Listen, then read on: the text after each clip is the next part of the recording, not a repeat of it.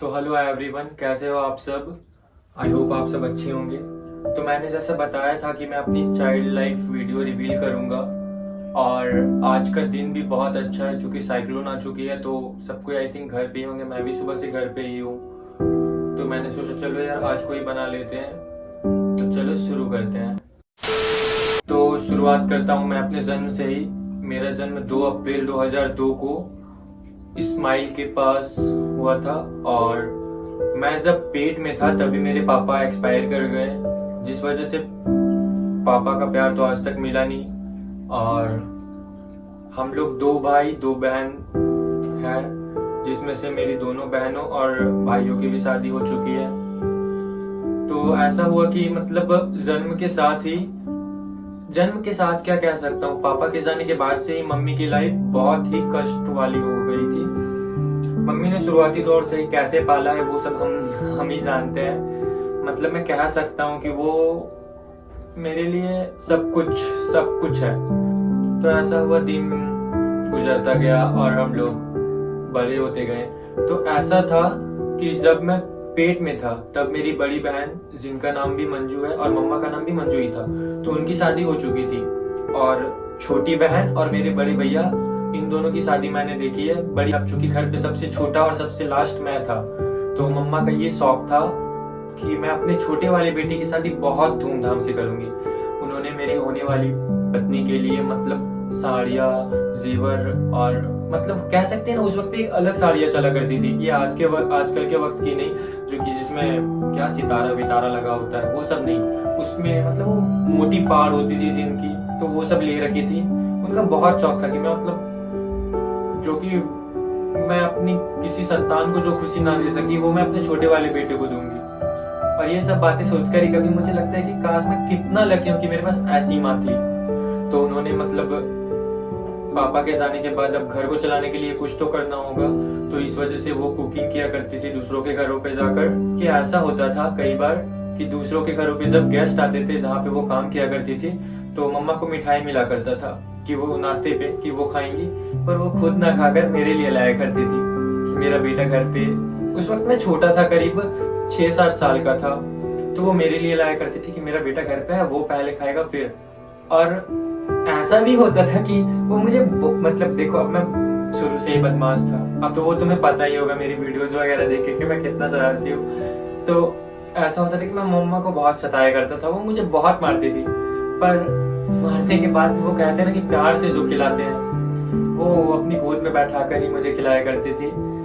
तो फिर ऐसा हुआ कि मम्मा ने जब बड़ी भाई की शादी करी, तो शादी के कुछ दिनों बाद ही, अब समझ सकते हो कि अब बड़े भाई की जो वाइफ थी उनका मम्मी से थोड़ा सा लड़ाई, जो कि नॉर्मल है, हो गया। तो फिर कुछ दिनों बाद ऐसा हुआ कि बड़ा भाई जो थे उन्होंने, हम लोग तो पहले साथ ही रहा करते थे, मैं, मम्मी, बड़े भैया और भाभी। तो फिर ऐसा हुआ कि वो लोग घर चेंज कर दिए और मम्मा को और मेरे को इधर पे छोड़ दिए। तो फिर उस दिन मैं क्या ही कहूँ, उस दिन मम्मा ने बहुत रोया था, बहुत फूट कर रोया था। और मतलब मैं क्या कहूँ, मेरे आंखों से भी आंसू आ गया कि मतलब कह सकते हैं ना, माँ रो रही है और उनका बेटा सामने हो तो आंसू तो भाई आ ही जाएगा। तो फिर उसके बाद ऐसा हो गया कि अचानक से उन्होंने साथ छोड़ा, तो मम्मा का भी शरीर कुछ ठीक नहीं था, उन्होंने भी काम बंद कर रखा था। तो अब ऐसा हो रहा था कि 2-3 दिन तक हम लोग खाना नहीं खाते थे। मतलब मुझे मम्मा कैसे भी खिला दिया करती थी, पर वो नहीं खाती थी। उस वक्त पे मैं ताली के घर पे रहता था, जैसे मैंने बताया, मम्मा के साथ में रहता था।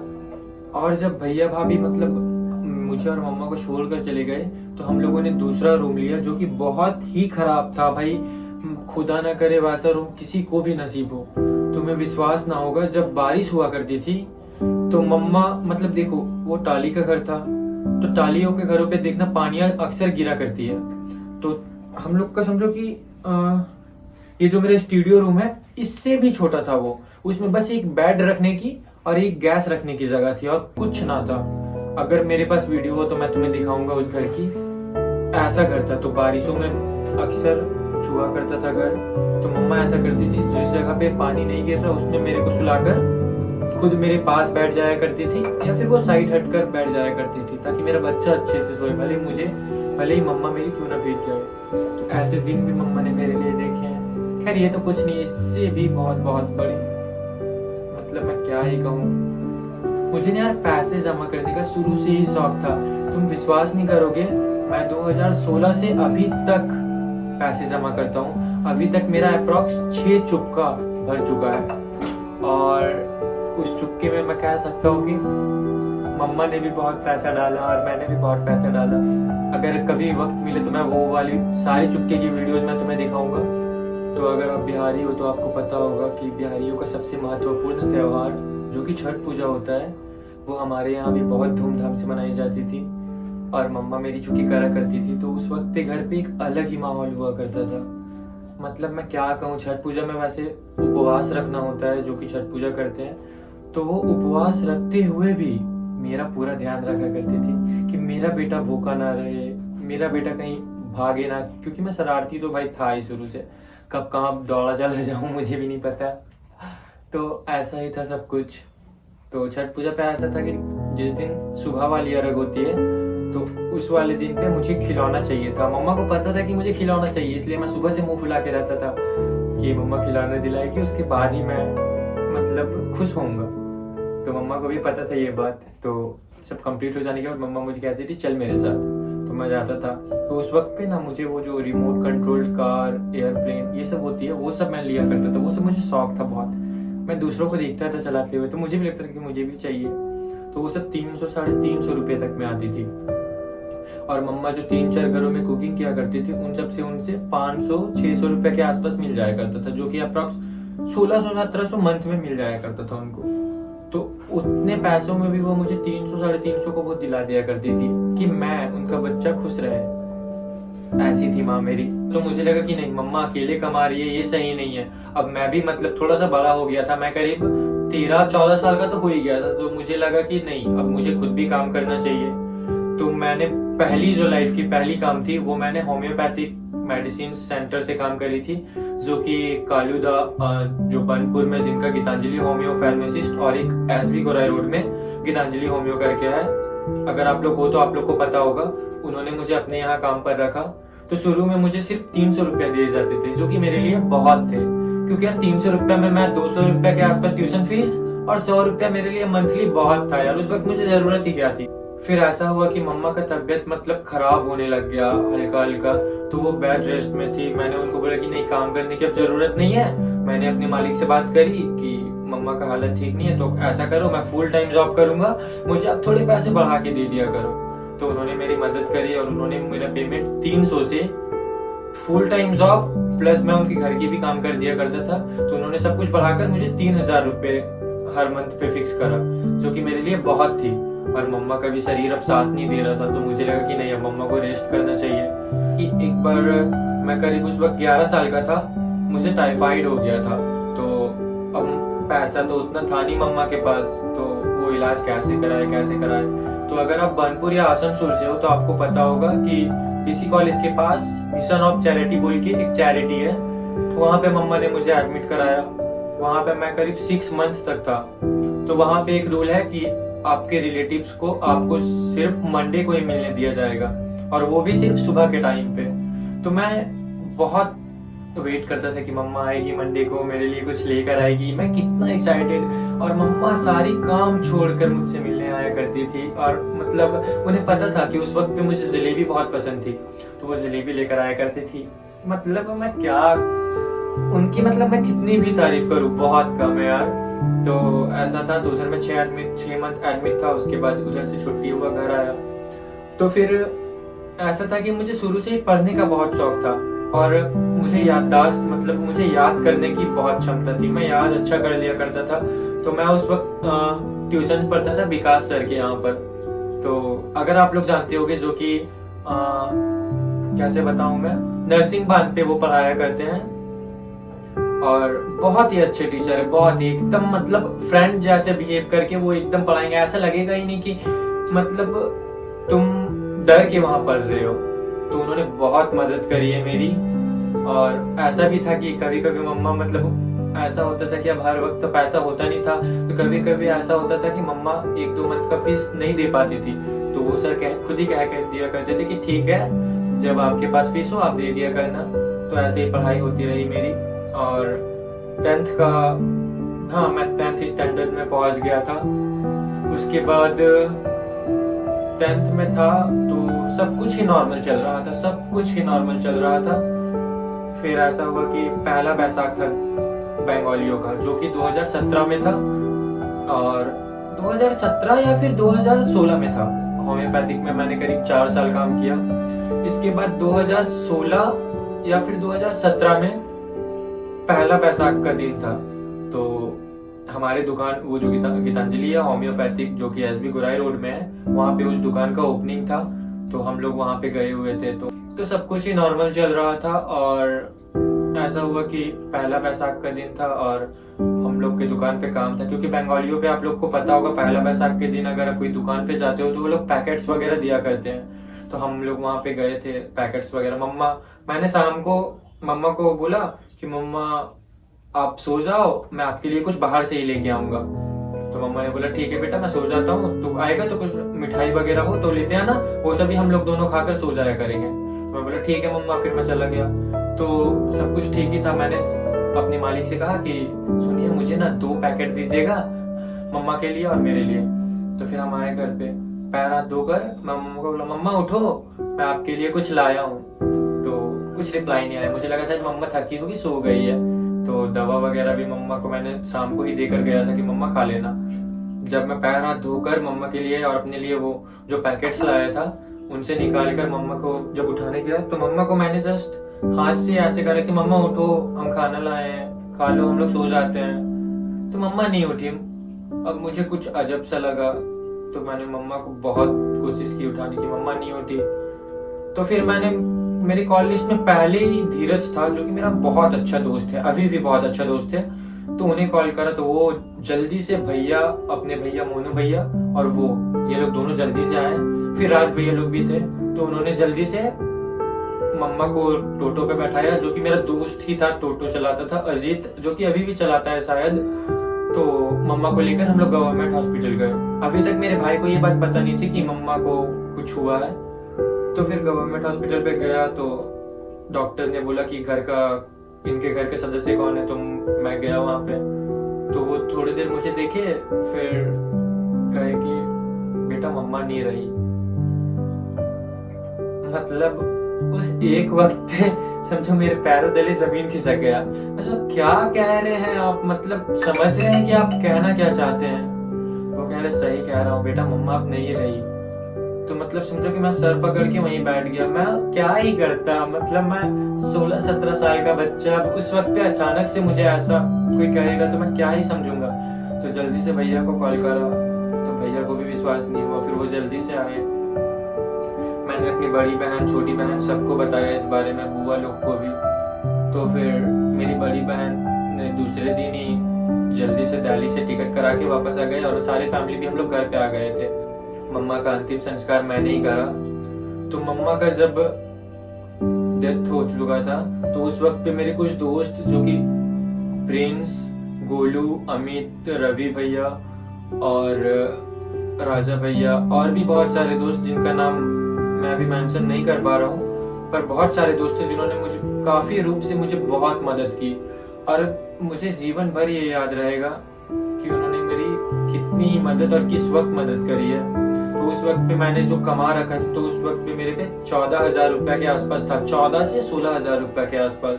तो मैंने पूरा मम्मा के उस अंतिम संस्कार पे खर्च करा, क्योंकि दीदी ने अपना एटीएम और पैसा लाना भूल चुका था, क्योंकि इतनी जल्दी में थी वो कि कुछ याद नहीं रहा, और बड़े भैया के पास भी उतना नहीं था, और जो मेरी बड़ी बहन की भी आर्थिक स्थिति कुछ ठीक नहीं थी। फिर मम्मा का अंतिम संस्कार करके हम जब घर आए, तो भैया ने बहुत पी रखी थी। उनका आदत था, है नहीं था, कि वो पी लिया करते थे बहुत, जिस वजह से मम्मा से उनका बहुत लड़ाई होता था, बहुत ज्यादा। मम्मा बहुत दुखी रहा करती थी। अब मतलब मेरी बड़ी बहन को, जो कि बहुत ज्यादा लगा, बहुत समझो कि मेरी माँ वही है अब।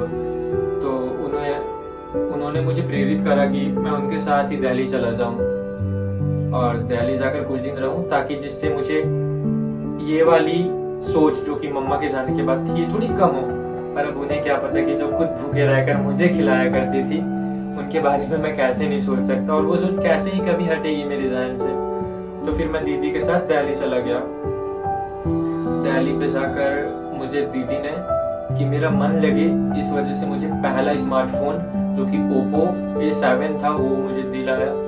और उस वक्त पे मतलब थोड़ी सी खुशी थी कि मेरे पे नया स्मार्टफोन आया है। मैं इतना एक्साइटेड कि क्या है, समझ सकते हो बच्चे वाला दिमाग था तो वैसा ही सब कुछ।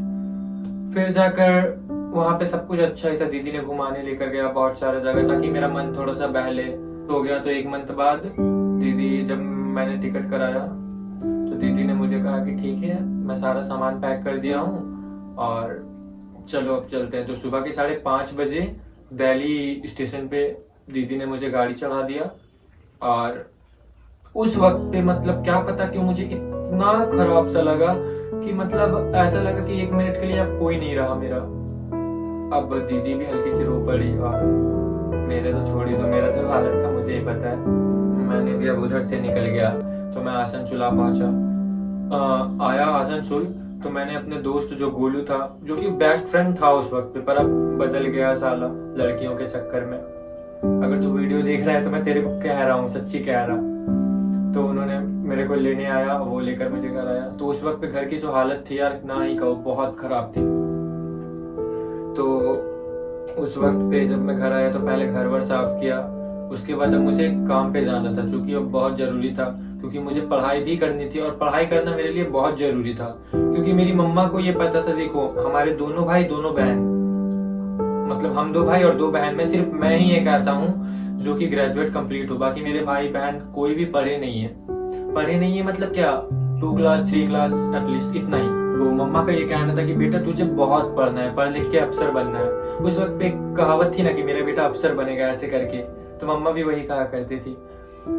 तो फिर सब कुछ कंप्लीट हुआ और मुझे अब काम की तलाश थी। तो मैं गया अपने होम्योपैथी वाले दुकान पे जहाँ पे मैंने काम किया करता था पहले। तो वहाँ पे जब गया तो मुझे पता चला कि उन्होंने किसी और लड़की को रख लिया है।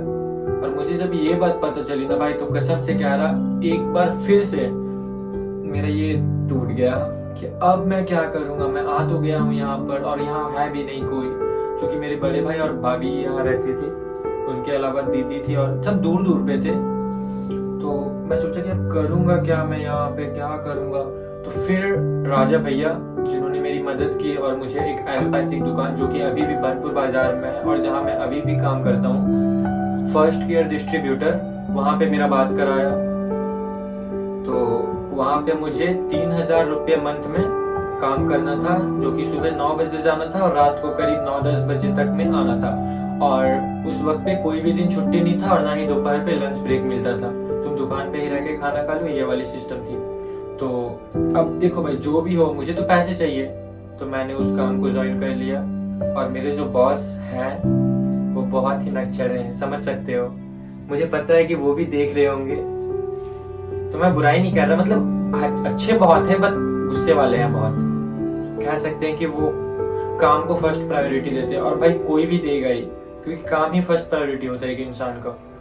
तो फिर और उनके मैं जो भी सीख पाया हूँ आज, उनके बदौलत ही सीख पाया हूँ। उन्होंने बहुत मदद की है। हाँ ये बात है कि उन्होंने बहुत डांट भी लगाई है, बहुत गालियां भी लगाई है मुझे, पर सिखाया भी उन्होंने ही है मुझे। दुकान पे अपने काम करने लगा तो फिर पढ़ाई, जो कि पढ़ाई भी मुझे करनी थी, जो कि मम्मा ने कहा था कि बेटा कुछ भी हो जाए तो इसे पढ़ाई नहीं छोड़नी है, और जो कि मुझे नहीं छोड़नी थी। अब माँ ने जो कहा है उसे तो भाई सिरोधारी करना ही होगा। तो पढ़ाई मैंने कंप्लीट रखी और आज भी मैं पढ़ रहा हूँ। और अभी तो मैं चूंकि मैनेजर पोस्ट में हूँ, पर जब मैंने ज्वाइन करा था मैं उधर पे सबसे लो पोस्ट में था। हल्का हल्का नॉलेज इंक्रीज होते होते होते होते आज मैं मैनेजर पोस्ट में रहा। फिर मुझे भी आदत रह गई अकेले रहने की। तो शुरुआती दौर में भैया भाभी जो भी यहीं पे रहा करते थे, उन्होंने मदद करी मेरी। वो दोपहर का खाना, सुबह का नाश्ता, रात का खाना, ये सब मतलब मेरे को खिला दिया करते थे, और मेरा कपड़ा भी भाभी धो दिया करती थी। पर कुछ दिनों बाद ऐसा हुआ कि भाभी भैया लोग दिल्ली शिफ्ट होने के लिए दीदी को कॉल किए और कुछ दिनों उपरांत वो दिल्ली शिफ्ट हो गए। और उसके बाद से भाई मेरी लाइफ की एक न्यू चैप्टर शुरू हुई। मतलब मैं कह सकता हूँ कि अब मुझे अपने पैरों पे खड़ा रहना था, अब सब कुछ मुझे खुद से करना था। शुरुआती दौर में मैंने कुछ दिनों तक होटल में खाना खाकर गुजारा किया, पर उसके बाद मुझे लगा कि नहीं, होटल में मैं कितना ही खा पाऊंगा। तो मम्मा का जो गैस था जो कि मेरे पास रह गया था, क्योंकि बाकी सब ने तो भाई समझ सकते हो पैसे सोने जेवर ये सब लेकर ही निकल गए। तो मम्मा का गैस, मम्मा की साड़ियाँ आज तक मेरे पास है, मम्मा की बर्तन, मतलब ऑल अबाउट थिंग्स जो मम्मा डेली लाइफ में यूज किया करती थी, सब कुछ मैंने रखा है अपने पास। तो गैस वैस में ही मैं खाना बनाने लगा। शुरुआती दौर में मुझे खाना बनाना नहीं आता था, तो मेरी जो एक दो लड़कियां दोस्त थी उन्होंने काफी मदद करा है मुझे। और उस वक्त पे मेरी एक सीएफ थी, मैं नाम नहीं ले सकता उसका, पर मुझे पता है वो अगर वीडियो देख रही है तो वो समझ गई होगी। उन्होंने, मतलब मैं ऐसा कह सकता हूँ कि वो मेरी लाइफ का एक हीरा था जिसको मैंने खो दिया अपने अहंकार के कारण। और ये भूल मुझे जिंदगी भर सताती रहेगी कि काश कोई मुझसे इतना प्यार करा, मेरे लिए इतना कुछ करा और मैंने उसको खो दिया। तो उसने मुझे बहुत सिखाया कैसे क्या बनता है, क्या मतलब समझो कि आधा उसने मुझे अपने पाँव पे खड़ा करा। उसके बदौलत ही मैं इस लेवल तक हूँ आज को। फिर जाकर पेमेंट इंक्रीज हुआ। उसके बाद मैंने सोचा कि नहीं, अब हल्का हल्का मुझे घर चेंज करना होगा, क्योंकि ये घर मेरे लिए सही नहीं था। तो वहां से हटकर मैं जस्ट थोड़े से आगे पे एक घर मुझे मिला, वहां पे वो पक्का का घर था। तो वो मैंने सोचा कि चलो सही है, इस पे रह लेता हूँ। तो कुछ दिन हम वहां पर रहे। तो फिर उसके बाद रहते रहते कुछ दिनों बाद मुझे उस लैंडलॉर्ड ने कहा कि मेरी शादी होने वाली है, तो अब तुम्हें रूम खाली करनी होगी। तो मैंने अपने जो बॉस, जो भैया है जहाँ पे मैं अभी भी काम करता हूँ, तो उन्हें बताया। तो उन्होंने मेरी बहुत हेल्प करी और उन्होंने एक क्वार्टर ढूंढ कर दिया मुझे कि तू क्वार्टर पे ही रह और इस पे ही रहकर सब कुछ कर। तो क्वार्टर पे समझो कि जब मैं आया तो क्वार्टर की जो हालत है वो तुम अगर मेरा वीडियोस देख चुके हो मेरे न्यू रूम सेटअप वाली, तो तुम देख चुके हो कि क्वार्टर की क्या ही हालत थी। समझो कि एकदम भंगार पड़ा था ये घर। तो इस पे मैंने काम वाम कराया, लाइन कनेक्शन, वाटर कनेक्शन, और इधर पे शिफ्ट हो गया। कह सकते हैं कि मैंने एक वक्त पे ऐसा था भाई कि मैं मतलब 2 रोटी के लिए तरस गया था। मैं भूखे रहकर सो जाया करता था, किसी से अब क्या ही कहूँगा, इधर पे था ही कौन, भैया भाभी भी इधर से चले गए थे।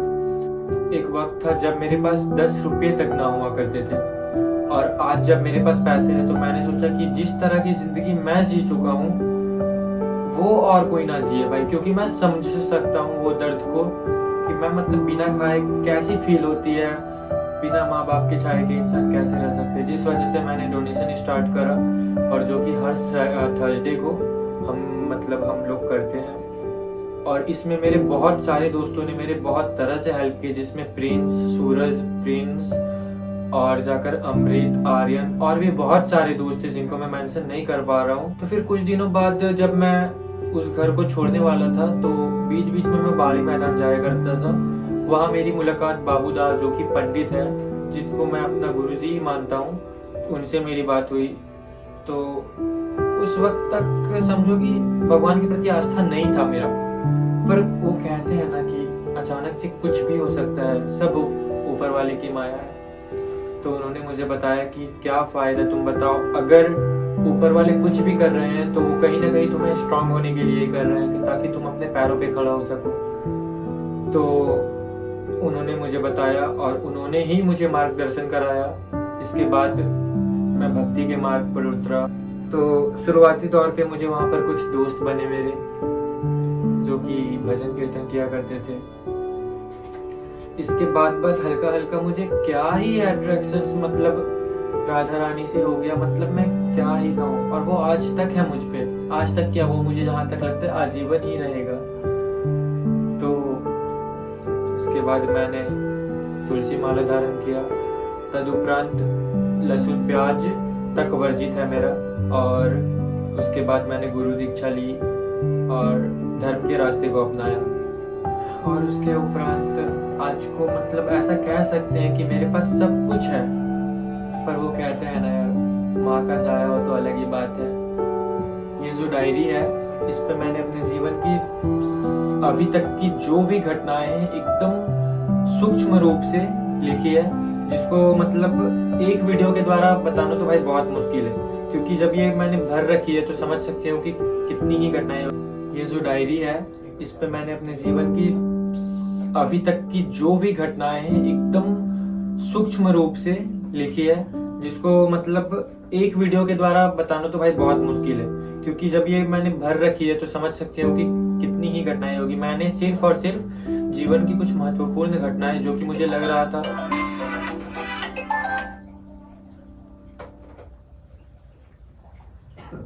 मैंने सिर्फ और सिर्फ जीवन की कुछ महत्वपूर्ण घटनाएं जो कि मुझे लग रहा था आप लोगों को बतानी चाहिए, वो सब मैंने बताया है। तो यही थी मेरी चाइल्ड लाइफ और अभी तक की लाइफ, और आशा करता हूँ इसी तरह सपोर्ट बनाए रखें।